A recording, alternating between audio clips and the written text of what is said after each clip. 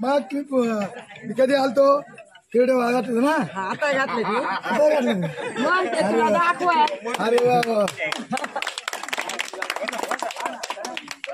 विधानसभा निवडणूक सन 2024 गोरगरिबांच्या सुखदुःखात सामील होणारे जनतेच्या सेवेसाठी 24 तास उपलब्ध असणारा आपला माणूस हक्काचा देवराम शेठ लांडे याच ठिकाणी आपल्या गावात आलेले आहेत. ग्रामस्थांच्या वतीनं सर्वांच्या वतीनं त्यांचं हार्दिक स्वागत, हार्दिक अभिनंदन. साहेब तुम्हाला सांगतो, आम्ही कधी तुम्हाला फोन केला तरी तुम्ही कुठल्याही वेळेस आम्ही कधी पण तुम्ही उपस्थित राहता. त्यासाठी आम्ही तुमच्या सदैव तुमच्या पाठीशीच राहणार आहेत.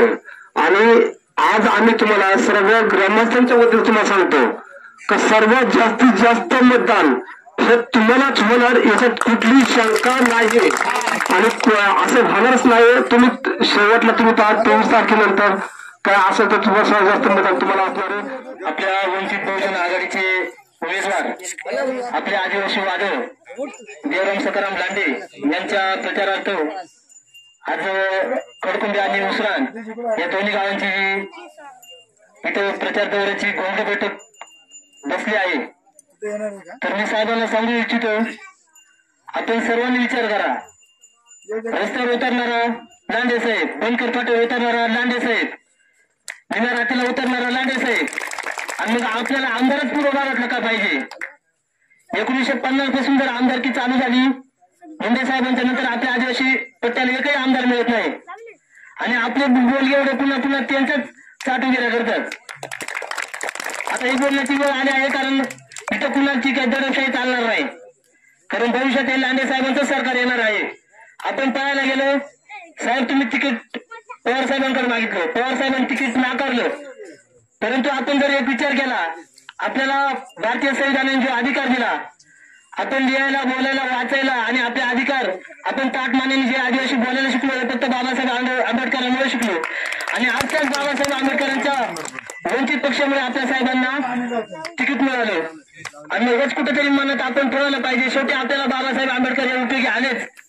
म्हणून मी सर्वांना सांगू इच्छितो, आपल्या येणाऱ्या या विधानसभेच्या बिगुलात आपल्या साहेबांचा 3 क्रमांक आहे आणि आपल्याला जाळून दूर करायला टाकीच लागते.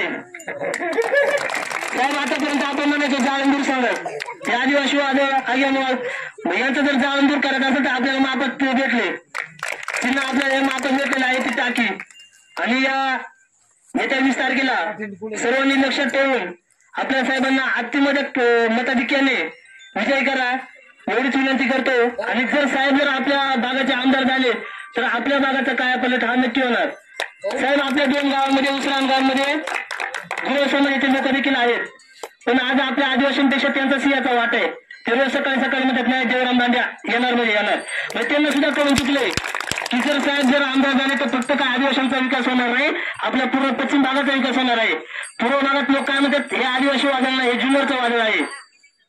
म्हणून मी सर्वांना सांगू इच्छितो, जर तरुण वर्ग सोडला किंवा नेते मंडळाने सोडले, हेमंत टोपी आले, तर आपल्या जे म्हातारे कोतारे आहेत ते लोक हिरडे विकायला काय, तर तांदूळ विकायला काय, म्हणजे साहेबांसाठी जर प्रत्येक गोष्ट जर ते अर्पण करायला तयार तर आपण कधी ते उतरायचं रस्त्यावर.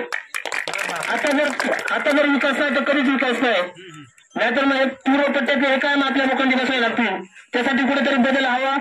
म्हणून सर्व तरुणांना एक विनंती आहे, येत्या 20 तारखेला 3 नंबरचं बटन दाबून वंचित बहुजन आघाडीचे आपले उमेदवार देवराम सखाराम लांडे यांच्या या टाकी या चिन्हाला, गॅस सिलेंडर या चिन्हाला मतदान करून आपला उमेदवार नक्की विजय करा. एवढं म्हणून थांबतो. जय भीम, जय आदिवासी.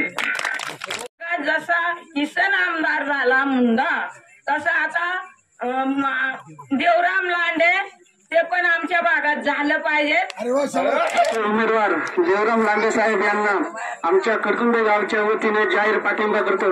लांडे साहेबांचं सांगायचं झालं तर गोरगरिबांच्या नेहमी सदैव पाठीशी राहणारा एकमेव माणूस म्हणजे लांडे साहेब. कोणतेही आपल्या भागामध्ये कोणतीही घटना हो तिथे सगळे अगोदर जाणारा फक्त आपला आदिवासी वादळ लांडे साहेब. त्यामुळे आम्ही सर्व खडकुंबे गावच्या वतीने पाठिंबा देतो.